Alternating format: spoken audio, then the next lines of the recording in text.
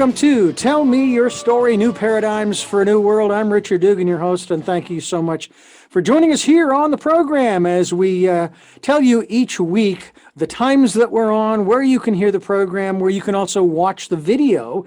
I'll give all that to you a little bit later and also encourage you to consider the possibility of supporting the work that we're doing here, as well as participate in a very special project that we've been promoting for, over a year. As a matter of fact, it's coming on 2 years when we hit our anniversary in September of 2021. But I'm going to leave that for right now, and I'm going to jump right into our guest because the conversation that we are about to have, I think, is extremely important. It's something we've touched upon in many other programs on Tell Me Your Story, New Paradigms for a New World, where, of course, we are giving you choices and knowledge of those choices to help make your dreams come true. We are going to be talking with a gentleman who is going to share with us an idea whose time is now. It is now. COVID-19, and I will tell you all of the references and other names given to the pandemic, that too, I'm about ready to eliminate from my lexicon. I'm just kind of tired of hearing about it. But what I'm not tired of hearing about is humanity's spiritual awakening. My guest is the author. Forrest Rivers is joining us here on the program via Zoom. And Forrest, I want to thank you so much for joining us. Obviously, you are safe, you are well. Whether you've been vaccinated or not is none of my business. As a human being, I care that you are safe, that you are secure in that knowledge of your own personal safety, and that your family is also safe. I have no problem, no compunction whatsoever saying, yeah, hey, I got vaccinated in early June, the 3rd of June, as a matter of fact, which was actually my parents' 65th wedding anniversary. My dad is 90 years of age, August of 2021. My mother will be in September, 87. They're doing great. Although my father is going in for a little surgery, nothing serious. He's going to go through it with flying colors, recover, and do just great. How long he wants to stay here on this planet, I don't know. That's entirely up to him and his God, if you will. He's always been a very private individual when it comes to spirituality. But we're all looking for that place that we want to basically find not only our place in the universe, but also looking for that space of peace and calm and, so to speak, acceptance and so forth and so on. So I hope things are going well for you, and thank you for joining us. Absolutely. Thank you so much for having me today, Richard. You know, we've talked an awful lot about this time in which we have gone through, and in some instances, we're still kind of going through it. Some say we'll always be going through it just because of the nature of things, and that this is now the new normal. Again, another one of those phrases that I've heard enough of, but I don't know what other words to use unless I could speak another language and utter those words in another language.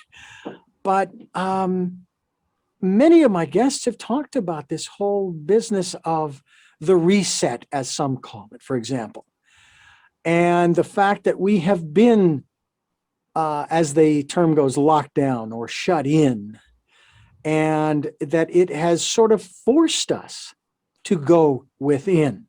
Yes. Where are you in your own walk, if you will, in terms of this aspect of the spirit, your spiritual awakening through this time that has propelled you to this moment in time where you're here talking with me? It's a great question. So for me, Richard, you know, and I don't want to downplay all of the real suffering that people have been through. You know, there is some significant suffering, whether it's people who have died or people who are sick in recovery or people who have lost their jobs, you know, during this period of their businesses. Whichever perspective you look at it, is no doubt that COVID's created a lot of suffering. But from where I'm standing, the question I've been asking myself since the beginning, and sort of what brought me here today, is what do we do with that suffering? And rather than only give in to the narrative of fear, paranoia, anxiety,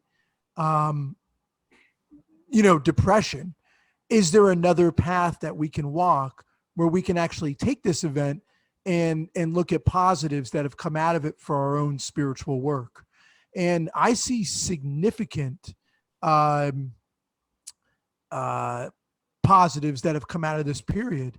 And for me personally, I've experienced quite a bit since the pandemic began. I think for me, as for many other people, this has been a wonderful time to reassess what my life's purpose is.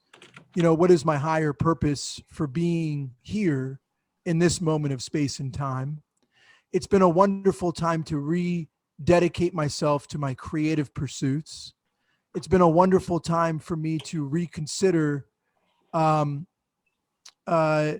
ways in which I can contribute to the world through service. And I think for many people, this has also been, and including for myself, this has been a time to reflect upon death and what death means.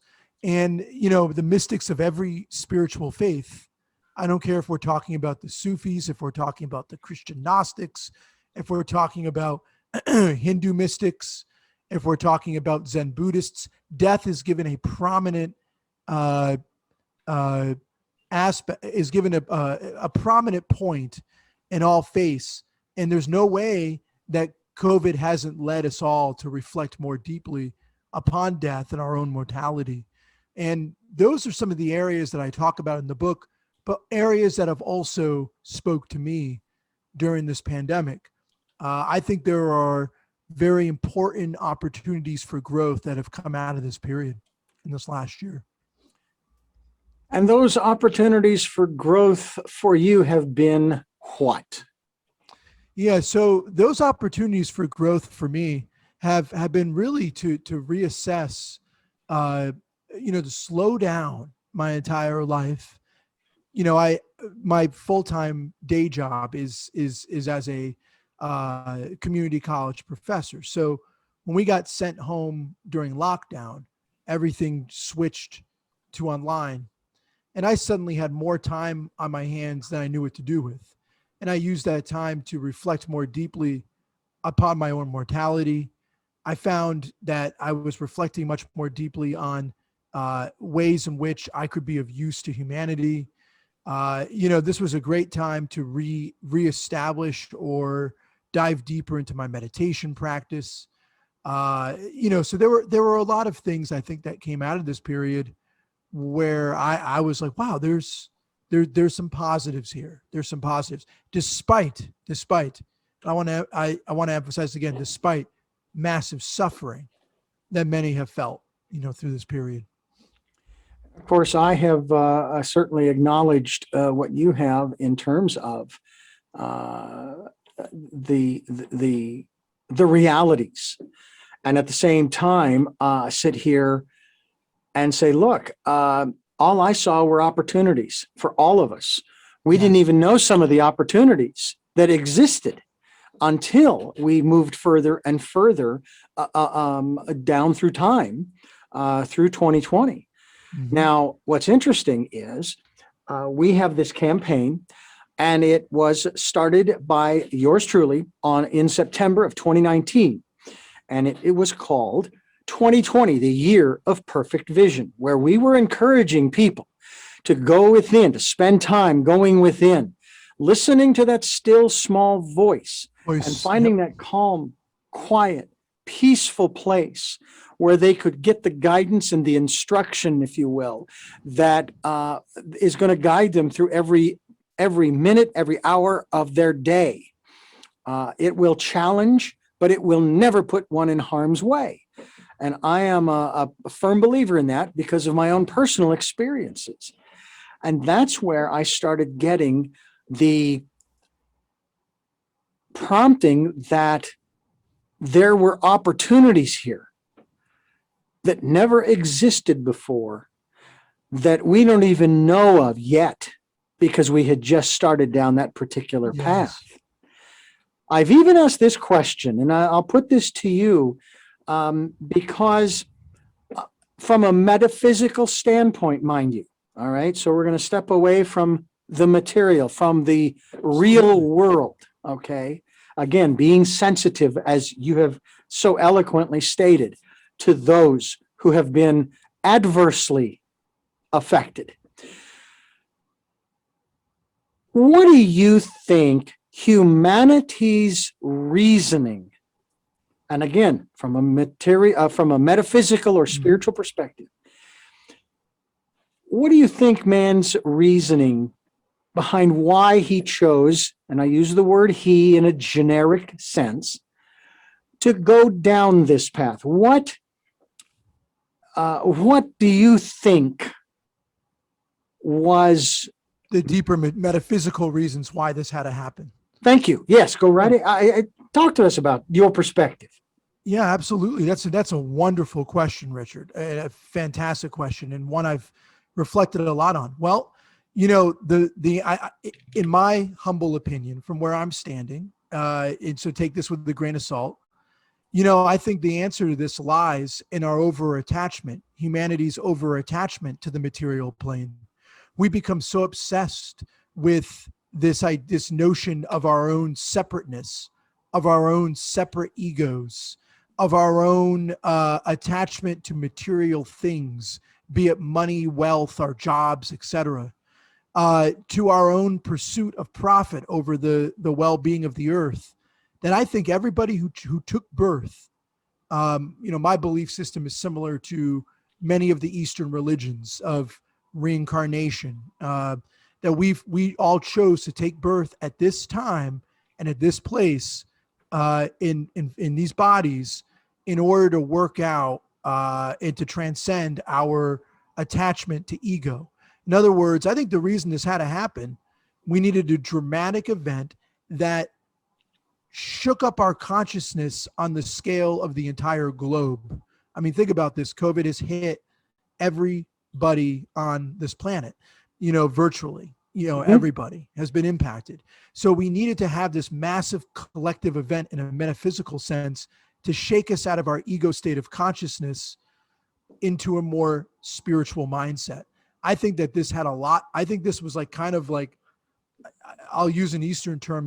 It was our karmic predicament that brought us to this point. Now, I'm sort of the the idealist, and as I have talked with many of my guests, and we talk, say, for example, about the concept, the subject of bullying, which I suffered through in grade school and high school. Same. And many kinds of responses, let's say, at those times from parents. Hey, come on, kids will be kids. And besides, it helps to build character, these kinds of things. And of course, I mean, look at me, look at where I'm at today. I mean, whether it was because of or in spite of, I don't know. All I know is that here I am today. And I sit here going, isn't there an easier way to accomplish that goal, whether it be of my example of developing character of in an individual, or as you've described? Come on, there must have been an easier way, and yet there's also that part of me, and maybe it's because I'm listening to the still small voice who says, no, that's not how it works. How it works is the way it's working. It's like I was told in a personal growth program, you have to give up the need to know why. And that's why I say take it with a grain of salt. Yeah. My thought on this, I can't answer that with 100% certainty, but when I tune within and ask myself that question, I love that, the still small voice within. Yeah. When I tune into that, what it tells me is that, we've made many individual and collective choices that brought us to this moment where we needed, and I say need only in the sense that because it happened. And I don't believe that anything that happens in this universe is a coincidence. I actually don't even believe any more in coincidences at all. I think that when, everything that happens is meant to happen. Now, of course, we have free will, and many of the choices that we made with our free will brought us to this point where, in a metaphysical sense, we needed a massive dramatic event such as COVID in order to shake us out of our consciousness. And I can't tell you how many people I've talked to, and I relate many stories in my book, who, people who had never even given thought to the spiritual path are now suddenly starting to ask these deeper existential questions. So regardless of what the reason was that brought us to this point, it maybe that in the highest metaphysical sense is bringing people to awareness. And maybe that's what big thing we should focus on, is more and more people are internally reflecting. Now, here's a big question, Richard, and I'm an optimist on this. Like you, I do consider myself an idealist. I hope that this is a lasting effect. I hope that we don't, quote, go back to normal. Again, those ridiculous terms, I hope as we return to a new normal, we don't forget the lessons that we've learned from this. But I think that'll be very difficult to forget the lessons, because inwardly we've all had to face truths and questions that we've never had to ask before, particularly about our own mortality, our life's purpose, and our own relationship to the greater universe. COVID-19 and Humanity's Spiritual Awakening, available obviously at Amazon and a lot of other places as well. And the website, forrestrivers.com. That's Forrest with 2 R's. Forrestrivers.com. Actually, Forrest and Rivers have 2 R's. So there you go. We'll be linked to your website as well, so that people can continue their evolutionary process. And we'll talk certainly more about this, but you've also written another book that I think people should look into, and that is The Hippie Revival and Collected Writings. And the Hippie Revival is a collection of writings, essays, reflections, and poetry that center around the resurgence of the hippie counterculture. And like the original hippies of the 1960s, 70s, Forrest Rivers, he also shares with us his vision of creating a spiritual society that rests on the core values of peace, unity, and love. Additional themes that are also addressed are including sacredness of the natural world and communion as an alternate mode of social organization, intersection of social revolution and spirituality, and a questioning of the meaning behind progress. Boy, I have to, I'm going to, I beg your pardon? So it's a little loaded, a lot of topics there. There's a lot there. And of course, these writings are also something of an homage to the early hippies who dared to dream of a better, more peaceful world. So you want to sit back, enjoy, and allow this book to uplift you as well. And you can certainly go to his website, which is, again, forrestrivers.com.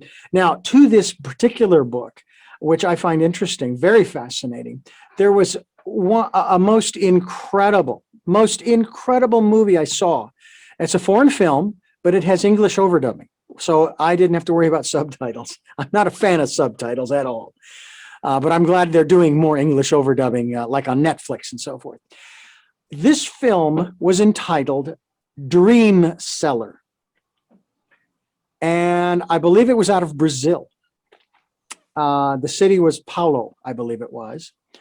And it was about 2 individuals, a very high level, very influential, powerful businessman, and a very respected psychologist. And it addresses a lot of these kinds of issues as to what we are doing to ourselves in the name of, as goes into, actually this is in quotes, it goes in the name of progress. And I highly recommend it. I hope that you will take an opportunity to maybe look that up. And it is on Netflix, Forrest, and our listeners and viewers. I hope that you That will sounds also awesome. consider looking it up. I'm not promoting it. I don't get a 10%. Wish I did, but I don't. All I know is that it raises so many questions about what we are doing to ourselves, and we do it to ourselves intentionally, don't we? And isn't that what the hippie movement of the 60s and 70s was about? It's like, we got to stop doing this or we're going to destroy our civilization. Yeah, absolutely. It was what the whole hippie movement really was trying to do, or at least the ones who were sincere about it, was to say, hey, look, we can't continue down this ego state of consciousness. We can't continue down this illusion of separateness, this war, this greed, this plundering of the planet, where we've got to raise our consciousness here. And in many ways, the hippie movement was actually a radical movement in consciousness. I know so much is focused on the protests and the social movements, but the thing that's not talked about enough about the whole era was that it was fundamentally a radical shift in consciousness. It was a spiritual movement at its core. Now, of course, there were abuses within the movement, and there were some who really got it and others who didn't. But all in all, the movement was really about seeking a way of higher consciousness and acknowledging the devastation that we're causing both to ourselves and to the natural world through this thing called progress, material society. Again, it raises that question. It raises the question of whether it is really progress or not. Oh gosh, I mean I bring that point up even in the COVID-19. In this book I just wrote, I bring that whole idea up actually in both books, that maybe this period we're going through now, this past year, starting in 2020, and even when I wrote the first book, Hippie Revival, in 2016, the theme is the same. Is what we're doing really progress, or actually are we moving backwards? I think it's possible to actually evolve in our technology and evolve in the quote advancement of our society, but actually be moving backwards in our consciousness. And in that sense, what I mean by that, our collective consciousness, is not being aware of our interconnectedness, both to each other and to the natural world. And you could certainly make a huge argument, Richard. You can make a good argument that, what we've been doing. You brought up, before we had this interview today, you brought up your experience living in Phoenix and all of the radical change in the environment for the worse, Mm-hmm. there. Yeah. And look at all the heat waves that we're seeing, on the record heat waves on the West Coast right now, and floods and all these crazy weather events. You could argue that for all of our technological progress and industrialization and all of our advancements, we've really devastated our ourselves, and more importantly our earth. And I don't think that it's too late to shift our consciousness. I believe that we can make those changes, but we have to grow in our awareness in order to do so. And I really hope that this last year that we had to sort of slow down and reassess things within ourselves, I hope we do make those changes moving forward. And actually in the book, I have an entire chapter where it's basically a hypothetical letter from the earth to humanity. And in it, the earth is essentially questioning our attachment to so-called progress and what real progress might actually mean. And real progress would be a more metaphysical understanding of our interconnectedness to everything. I think that the one aspect of that disheartens me is the interpretation by those who are opposed to moving away from the current definition of progress and labeling it something that they believe is so abhorrently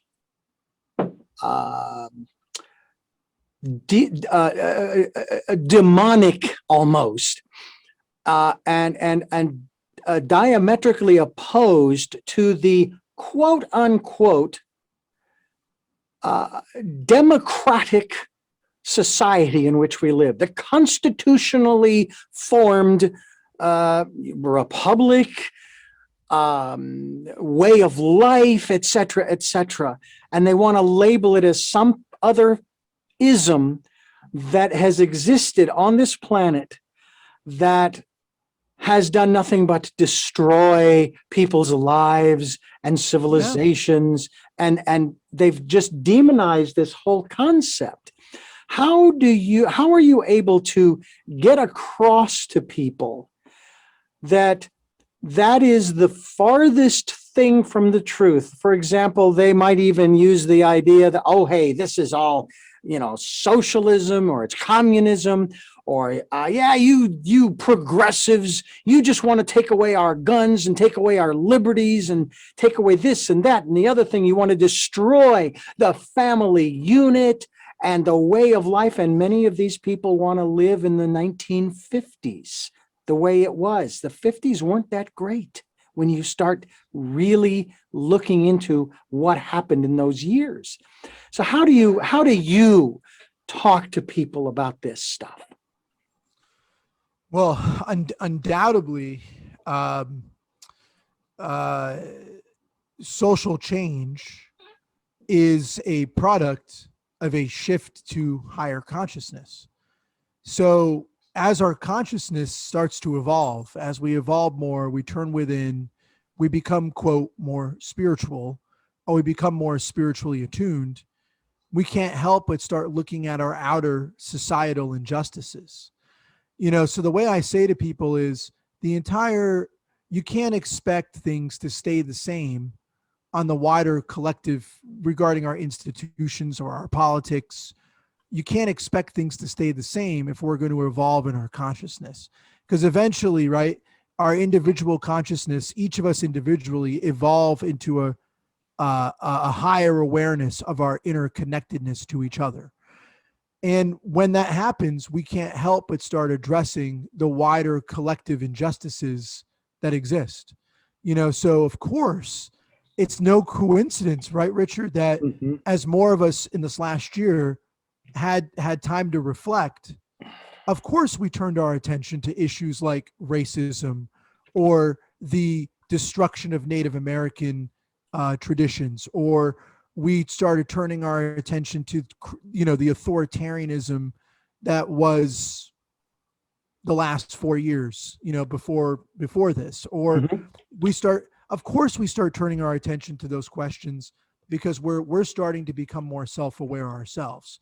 So I guess what I'd say to people is, you can't be afraid of change, positive change especially, because change is a product of a shift in consciousness.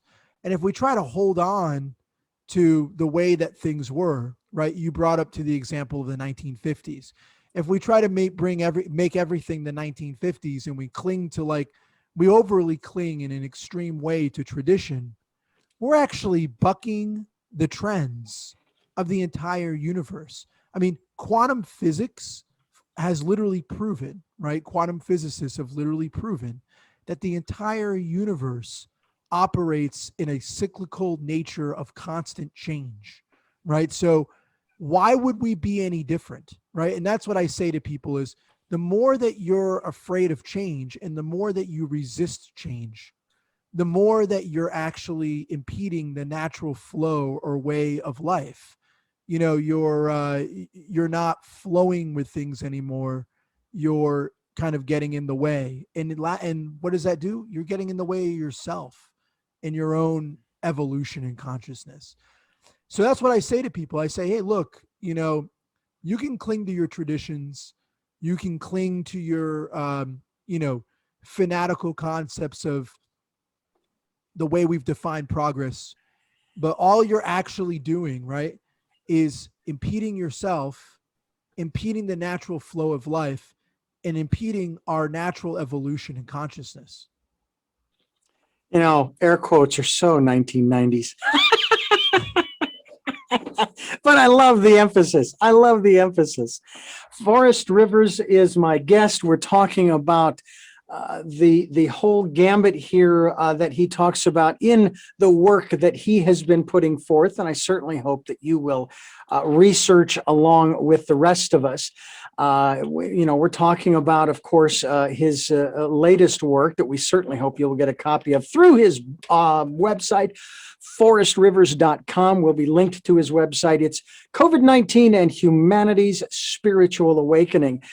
Do you think that more people than not who have chosen to acknowledge the reality of the virus and its danger, that they will begin to understand our connectedness to one another and our quite literal, yes, physical, but mental, emotional, and spiritual connection with one another? Because that, to me, is one of the great examples of this period that showed that it started out with one or two or three people. It started out with, shall we say, patient zero, and expanded to millions across the globe.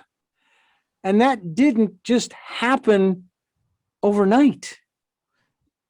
Yeah, I hope, not hope, I think for many people who do acknowledge this virus and the severity of it and what we've all been through, absolutely, I think that's one of the biggest lessons, and I talk about in the book, that people have gotten, is how interconnected we truly are. I mean, think about it, Richard, as you just brought up a second ago. Whether you were in Italy, whether you were in the United States, whether you were in Canada, whether you were in Brazil, India, everybody's had their turn, right? Every country's had their turn dealing with the devastation of this virus. And, it's undeniable. You'd have to be kind of like hiding under a rock not to see our inherent interconnectedness through all of this.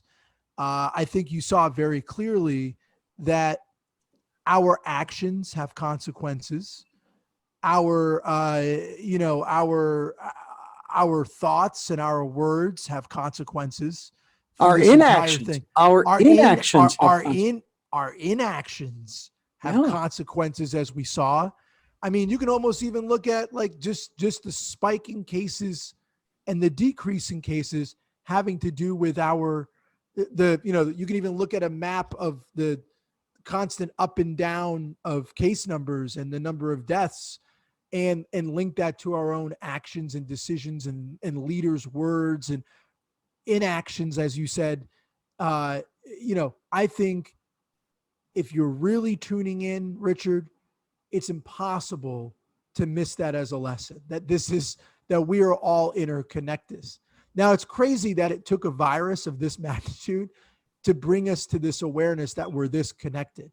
My argument is, even before COVID, climate change should have been enough to bring us to this awareness of how connected we are. I mean, what all humans share the earth, right? That should have been enough right there. That should be the ultimate connection, but that didn't do it, right? No. COVID, it had to be something that was more tangible to see, though I would argue, as I say that, though I would argue we're definitely seeing the effects of climate change too. In fact, if I was being more accurate, I would have said COVID-19 and climate change and humanity's spiritual awakening.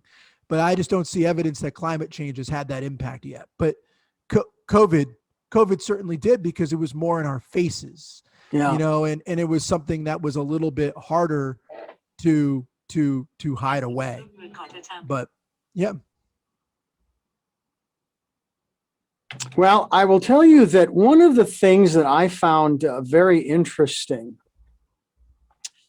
I saw, I not too long ago, I learned that, well, I'm going back to biology, if you will, in school. I learned about photosynthesis. We learned about the plants and how the trees and the plants, they take in the carbon dioxide and and now this is what's interesting. And they secrete, if you will, their waste product is our breathing gas. Okay. Think about that. Okay. We don't want to step in scat from a bear when we're walking on the trail or a pile of horse manure, but we're more than happy to breathe in the waste product of the trees. But here's what I learned, that 85% of our oxygen does not come from the trees. It comes from the ocean. And at the rate we're going, if the oceans die, we die. And someone say, well, yeah, but we still have the trees. I said, you want to do another evaluation there? Yeah, they're doing a lot of replanting. My wife is a member of an organization where she bought this bracelet, and they're supposed to plant a tree or whatever in her name because she's contributed and that kind of thing. And they're trying to get many, many people to do this. And I hope that's what they do. But the trees only provide, according to this statistic, only 15% of the oxygen. And we're finding more and more animals. I shouldn't say animals. More and more sea creatures, I'll put it that way, because some are fish and some are mammals. They're washing up on the shores, filled with plastic. They're dying. And as those populations die, so do the smaller fish who feed off of the little predators or what have you, the parasites that live on those larger animals. So then they die, and one thing leads to another, and eventually you have the equivalent of, I guess, the Dead Sea. Yeah. And now we don't have anything to breathe. And right now, nobody is dying from asphyxiation. And back in the 70s, when they were talking about air pollution, and of course, California passed all of those laws to reduce emissions and so forth, and the air's cleared up in LA because they made those changes. Are you optimistic that man's going to be here in 100 or 1,000 years? Yeah, I think, again, I mean, to tie it back, I think we have an uphill climb. I'd be lying, Richard, if I said we don't have a major uphill climb. Maybe it's like climbing a 14,000, maybe a 20,000 foot mountain, right? We have right now in terms of a climb. But I'm optimistic that we can write our path. And it's going to depend on each of us as individuals growing in our own awareness and growing in our consciousness in order to have that kind of change. I am optimistic. I do think it's going to be a struggle, but I do think that podcasts like this, books like the kind that I wrote, or what other authors write that have a similarly positive message, can move us in that direction. I am optimistic that yes, we will be around here, but we're going to have to drastically change our ways, which means that we're going to have to stop living so egotistically and more rooted in the spirit. If we don't shift our state of awareness from the ego to the spirit, we're in some serious trouble. But I think it's not too late to make that change. That's why I highly recommend that movie Dream Seller on Netflix. I think it is just so profound in the message that it brings forward that I would highly encourage people to watch it. We're talking with Forrest Rivers. We're talking about the work that he is doing. We're talking about the book that he has available through his website, COVID-19 and Humanity's Spiritual Awakening. And unity and compassion are one. They're on the rise as a result of the world pandemic. I have heard it said too, Forrest, that we're actually headed for a second pandemic, but it's not a virus. It is our inability to adjust when it's time to do so. And then we become frustrated because it's going on too long. And we want to change the situation because we want to change the situation where we're tired of. I mean, sometimes it's only after a few weeks. And this has been going on for like 18 months. And that is an epidemic. I don't know if it'll be a pandemic. It might be, of anxiety and depression disorders, mental health and wellness disease, if you will, dis-ease. We'll call it dis-ease, that is going to not only sweep this country, but potentially many other countries who chose to lock their people down to try to contain this virus in order to get through to the other side. Your thoughts? Oh, wow. Great comments, first of all. Yes, I think there's already evidence that we're entering that second pandemic or epidemic, as you said.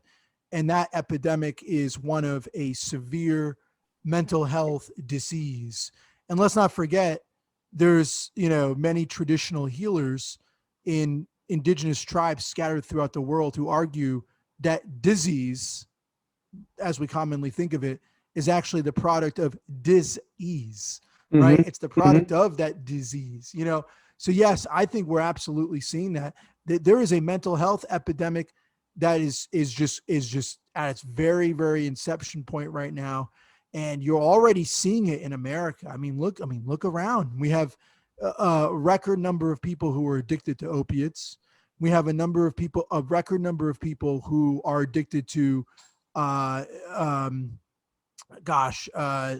all other kinds of drugs, alcohol, right? And by the way, I used to have an alcohol problem myself, right? And it took me some time to get over that one, and we're seeing a number of people who are exhibiting high levels of anxiety. We're exhibiting more people than we've seen, a higher percentage of the population we've ever seen before. I just researched this a couple of days ago, of people who are attempting suicides. So this is a crazy period. This is a crazy period of unease. And, I would say that this period, yes, to answer your question, 100%, I do see a second pandemic being one of mental health crisis emerging right now. I think that's actually a very astute observation by you. And no one's ever really brought that up in any of these interviews that I've done. And that's absolutely true. Now, I'm hopeful though, that we can meet that with, and by the way, I do think the lockdowns and the, what am I trying to say? The lockdowns and the alienation many people are feeling over the last year was a major precipitating factor of this. And those people had to reflect for the first time, Richard. Like, if you've never reflected on metaphysical concepts before, and you've never reflected on your own self and your own actions and thoughts and the consequences of those actions and thoughts, this is a pretty intense time for you. I've talked to many people in the last year, Richard, who say, I can't be alone anymore because I can't even be with my own thoughts anymore. This is just stirring up too much. I think what is needed right now, I'm hopeful though, that we can meet the second pandemic of mental health crisis with more of an emphasis on those who are tuned in, choosing paths of service. And what do I mean by that? I mean people sharing what they're doing. Like Richard, I think this show, for example, this podcast is an example of that service. Sharing with people, uplifting people, getting people to look within, introducing people to meditation. I talk about that a lot in the book. That is a very important thing right now. People need meditation. Getting out in nature would be one of those cures to the mental health crisis we're facing right now. Even if you live in the cities, even if you live in the middle of a city, you can still connect with nature. You can get out to your public parks. You can get out to greenways. Even if you can't leave the you can grow a garden. Urban gardens are on the rise. I know out in California, I was blown away with how many cities have urban gardens. That's not the case throughout most of the country, but I was blown away in California. That seems to be just, urban gardens. Yeah, we've been doing them for years, but that's something that people can be doing, so I think there's some ways that we can solve this second pandemic. And I think also we can't continue down the path that we're doing, where we emphasize only materialism, only this limited concept of progress based on unlimited growth and acquisition. If we keep pursuing that, we do that at our own peril. I think actually all the mental health problems you're seeing is largely a product, Richard, of a society that is emphasizing all the wrong values and all those values that pull us away from the spirit. So, yeah, I'm still trying. I'm a born and raised Catholic. I'm not practicing anymore. I got it right, so I moved on. I didn't read anywhere in the Bible, and I've read it cover to cover a couple of times. I didn't find anywhere in the Bible where it talked about free enterprise, capitalism, and consumerism, let alone democracy. Well, Jesus was actually known as being very, I've only once, for me, I've read it front to back, the Bible, and Jesus was actually preaching exactly against that, against materialism, and against acquisition being at the center of your life. In fact, I'll say this: the mystics of all of the faiths are saying that's an illusion. The Hindus call it Maya, right? All of that, what we might term late stage capitalism today would be considered Maya or illusion in the Hindu sense. It's real because we've, quote, made it real, but it has no basis and no genesis in things of the spirit at all. And it doesn't make us happy, Richard. It doesn't make us happy. Consumerism and unfettered capitalism does not make people happy. And I actually think that's one of the things when the economy came to a halt in 2020, that's one of the things that people were actually sitting with for the first time. You know what's interesting? Have you ever said, I was just thinking about this the other day. The news is saying, well, why aren't people returning to work right now? Why aren't people going back into the service industry jobs right now? You've heard about all these, and your listeners too, I'm sure, have heard about all these job shortages. Well, you know what it is? A lot of people have said, that didn't make me happy. I got exploited. It didn't make me happy. I had to work these pardon my language. I had to work these hours that didn't make I wasn't honored for the work that I was doing. I think a lot of people were actually really examining, does this economic system, does an entire existence based on endless consumerism and toiling for others, does that actually bring me a sense of fulfillment? And for many people, Richard, the answer has been no. And I think that's why a lot of people aren't returning back to their jobs. Not the only reason, but a significant reason. And I know the media will tell you other things. They'll say, they don't want to give up their unemployment insurance and they don't want to give up that and they're living off the system.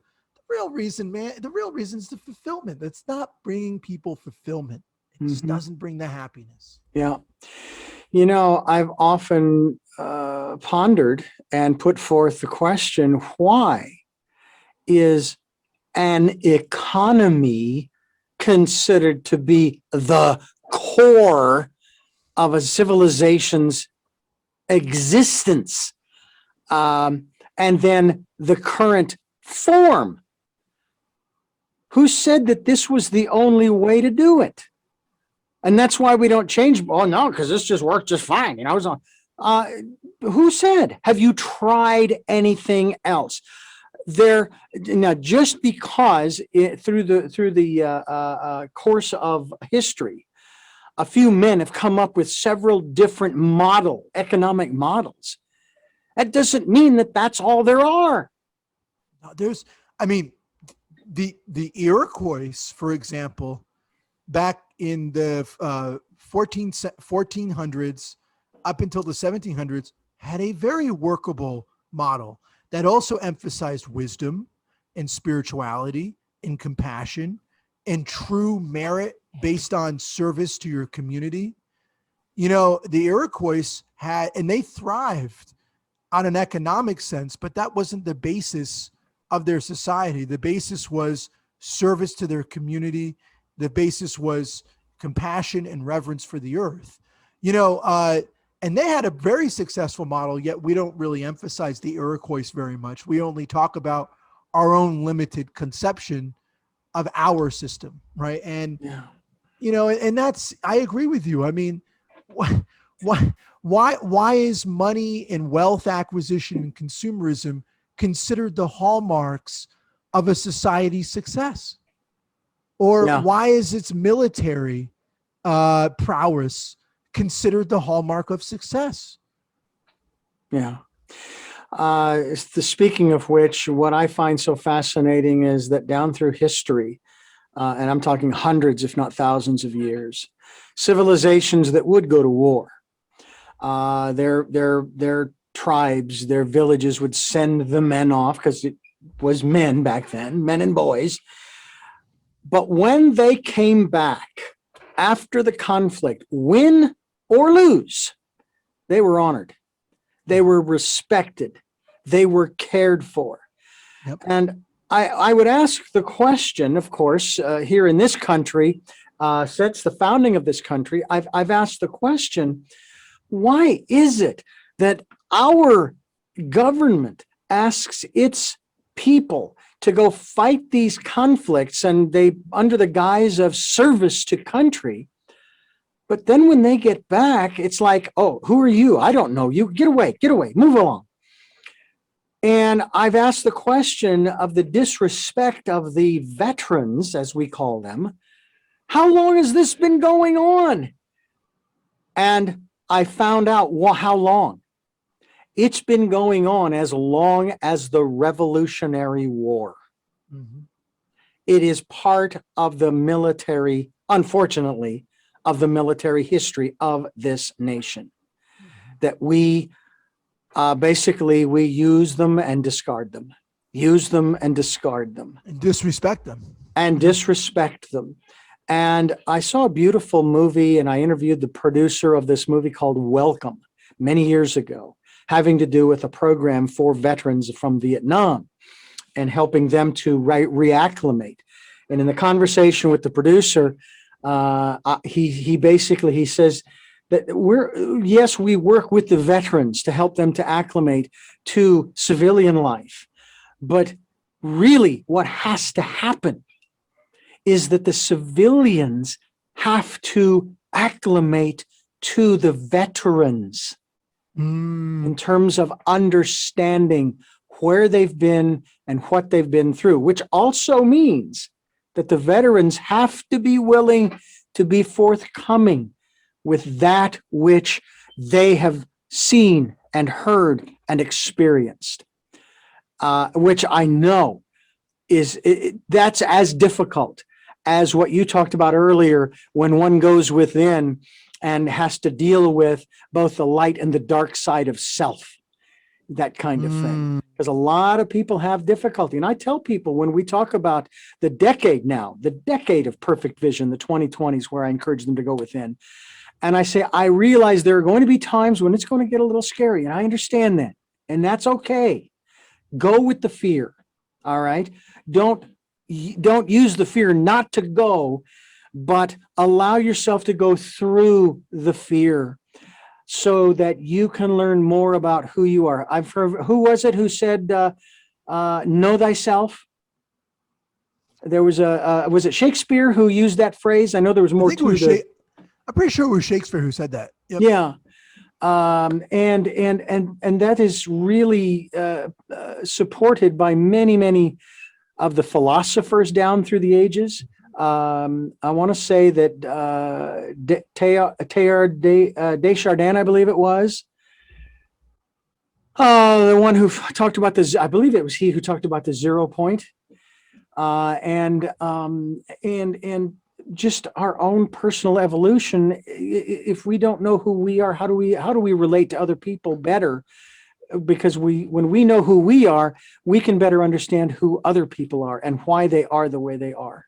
And that's fundamentally, I think, the biggest point in the end that I hope we take away from this last year. Yeah. Is I hope, Richard, we all become more familiar with who we are. So that way, if we know who we are, we can truly start to make change on the world. If we don't know who we are, we have no business trying to even make any kind of change in the world, right? Otherwise, we're just spreading more kind of ignorance of our position where we're at. We need to actually become aware of who we are before we can make change. And that's actually what I hope comes most out of this entire period, is more self-awareness so we can get on with the healing of our planet. That's what it's really all about, healing. And that raises another question. I know what I conceive of as the concept of healing.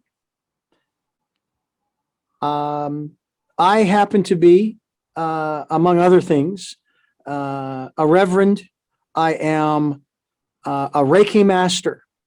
And in my training as a Reiki master, we were taught that when you send out that energy, especially in, let's say, an absentee healing, and my wife and I did this once for my father's brother, you send it out not with your intent, but with the intent that the receiver now may use this energy in whatever way he or she chooses.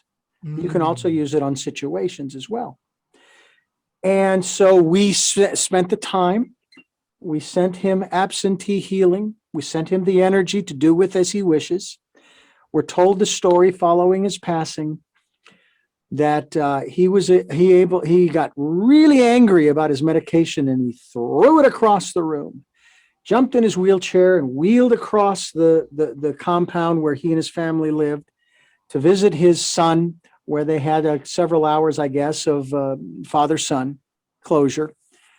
And shortly thereafter, he passed. Now, some would say, but you didn't heal him. And I said, that wasn't the point. The point wasn't for him to be healed of his cancer. The point was for him to do with that energy what he wanted to do. So when we talk about healing the earth, what is it that we're talking about here?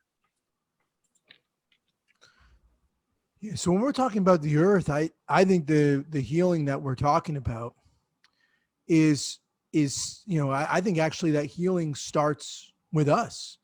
I think that healing actually begins with us becoming aware of our relationship to the earth. I think we have to heal what's within us that is causing us to disrespect the planet. And I really believe that, because think about it. Like if we're destroying the earth, there's obviously something going on that is detrimental within us or malfunctioning within us, because how could we try to destroy that which we're a part of? That makes no sense. So when I think of healing of the earth, I think healing ourselves first. If we can heal ourselves, then we can send feelings of goodwill and intentions of goodwill to the earth, and she will do with that as she will. Yeah. I believe the earth is of her own consciousness. Well, and I've heard that too. And I've heard that she does not need our help to recover from the damages that we have done.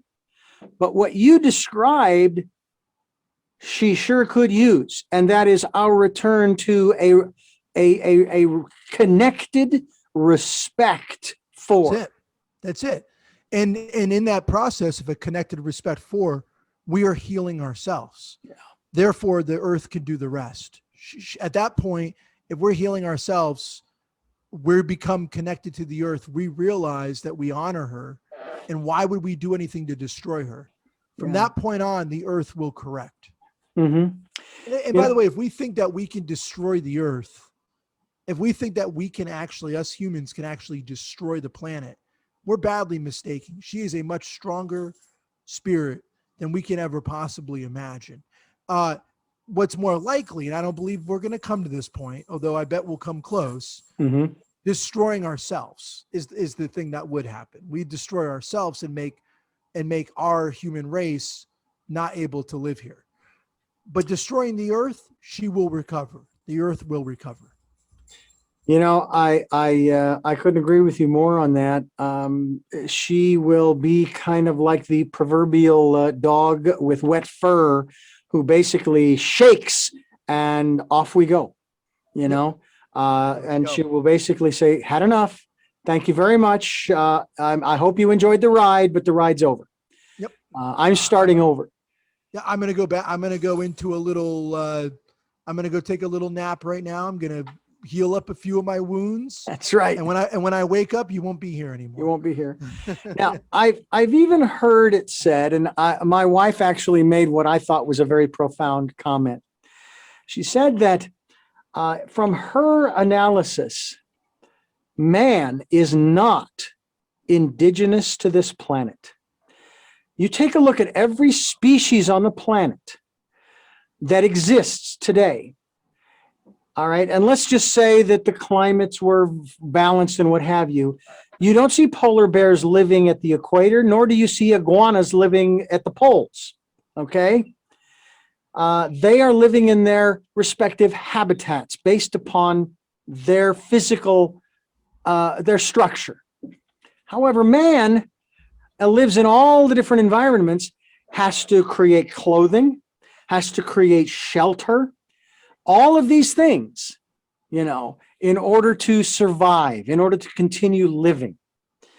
And if we were indigenous to this world, we wouldn't have to, this is her theory, we wouldn't have to do that. And there's a part of me that says that kind of seems to ring true.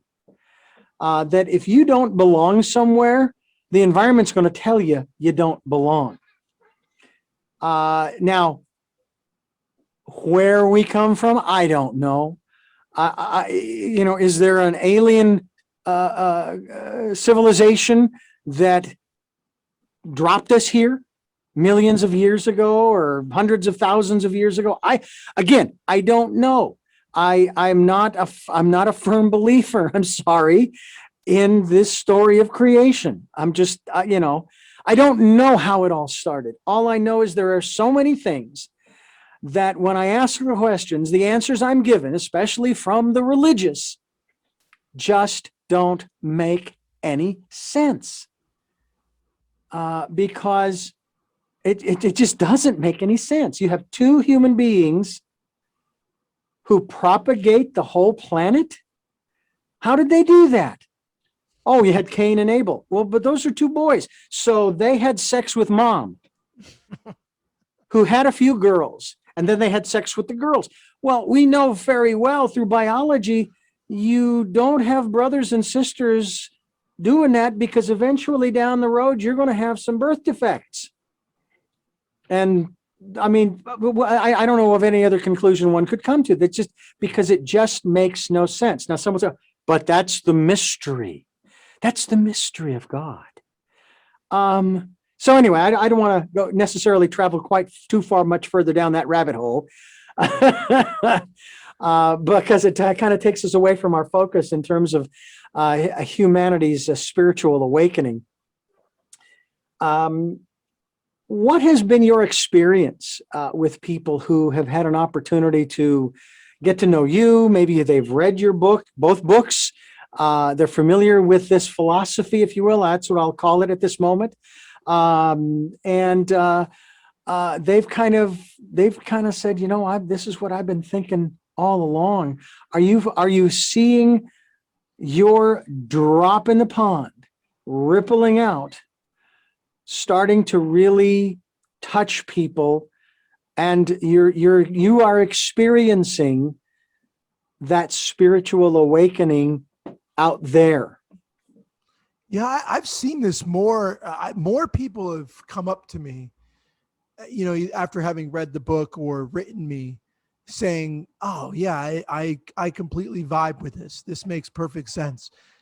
I've seen actually more people who are in tune with the things that I'm writing about in 2021 than I did even 5 years ago when I wrote the hippie revival. So yes, to answer your question, I see more and more people who are showing an interest in the kind of things that we're talking about.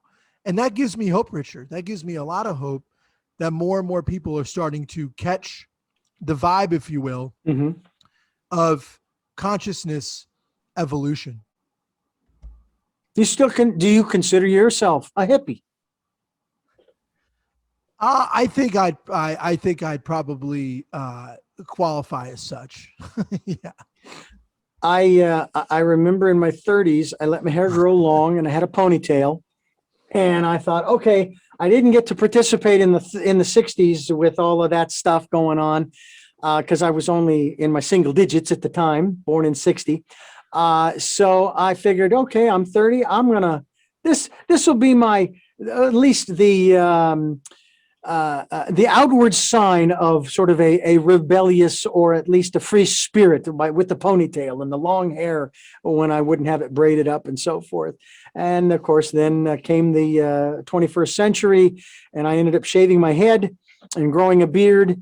It's so funny how the shaving of the head was more a symbol of solidarity with my wife, who was at that time in 2001, going through her bout with cancer, which she survived and to this day survives. But the beard came about more because I injured my elbow and I couldn't bend my arm to shave.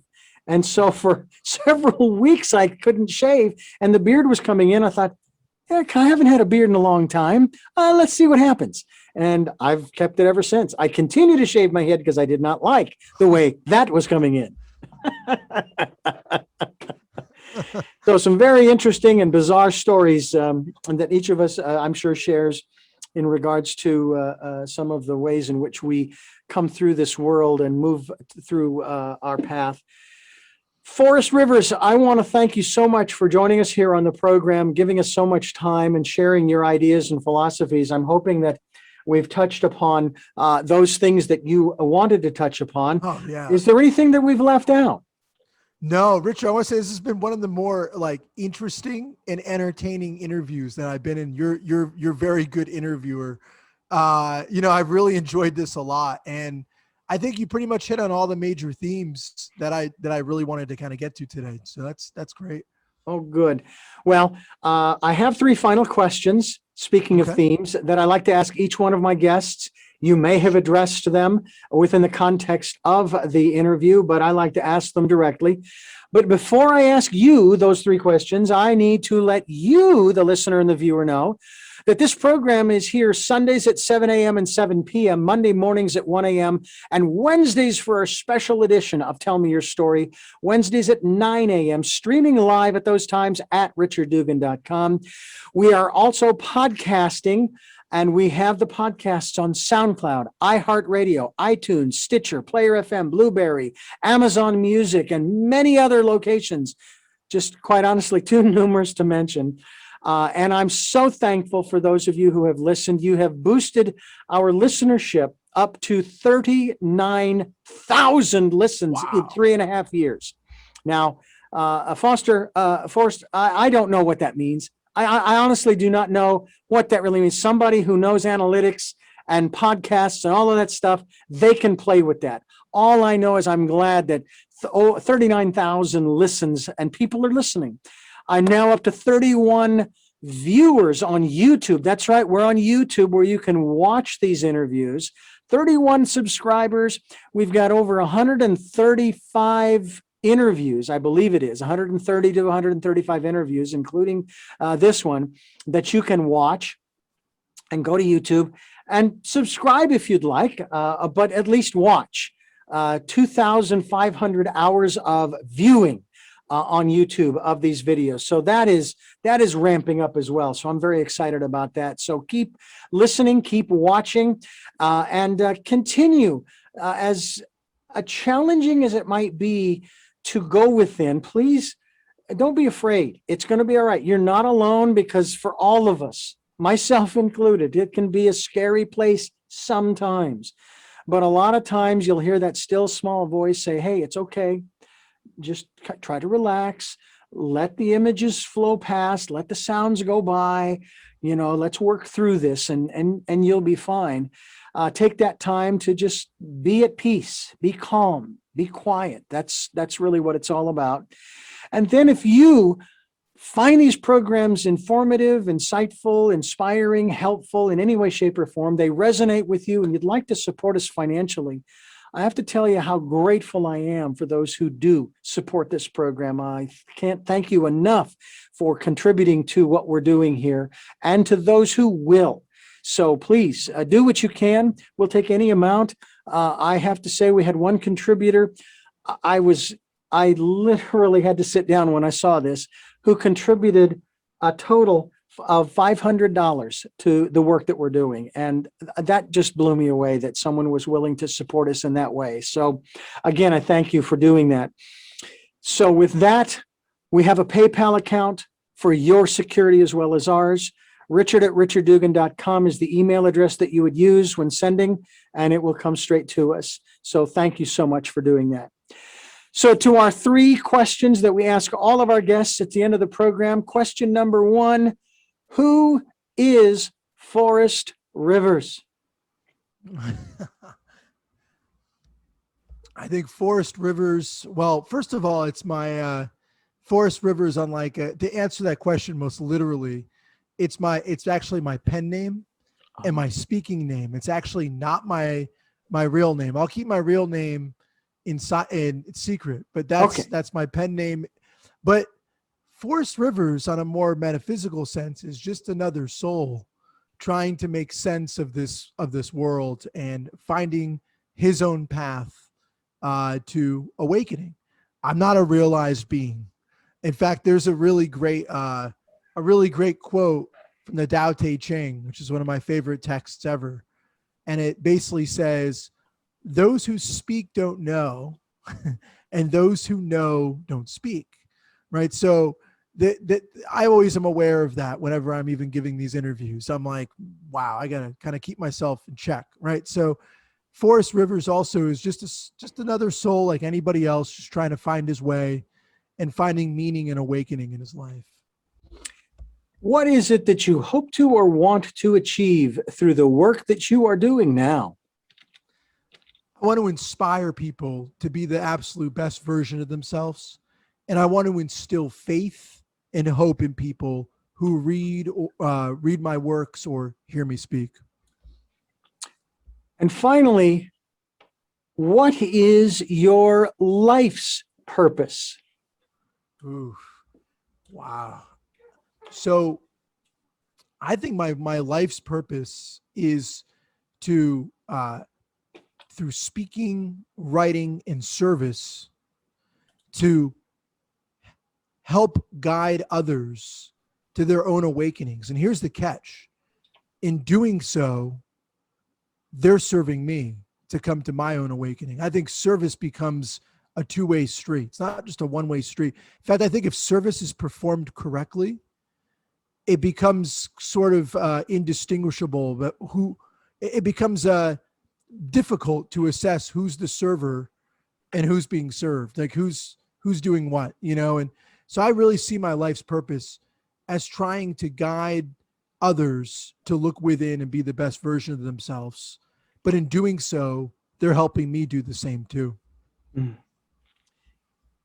Well, Forrest, If that is your real name, Forrest Rivers, I thank you so much for joining us here on the program and for being It's a been a part of the pleasure. work that we are doing. It's been a privilege to get to know you as well as to talk about these subjects because they're important to talk about. They're critical for our survival. Quite honestly, we need to do more than what we are doing. I believe. And I Yes, think that absolutely. through what you have shared here on the program today, I think that more people will do just that. And I thank you so much for being with us. Oh man, I thank you so much. I think your show is absolutely fantastic, Richard. Well, thank you so much. And I thank you for listening to Tell Me Your Story, New Paradigms for a New World. We are giving you choices and knowledge of those choices to help make your dreams come true. Until our next broadcast, podcast, videocast, love to love.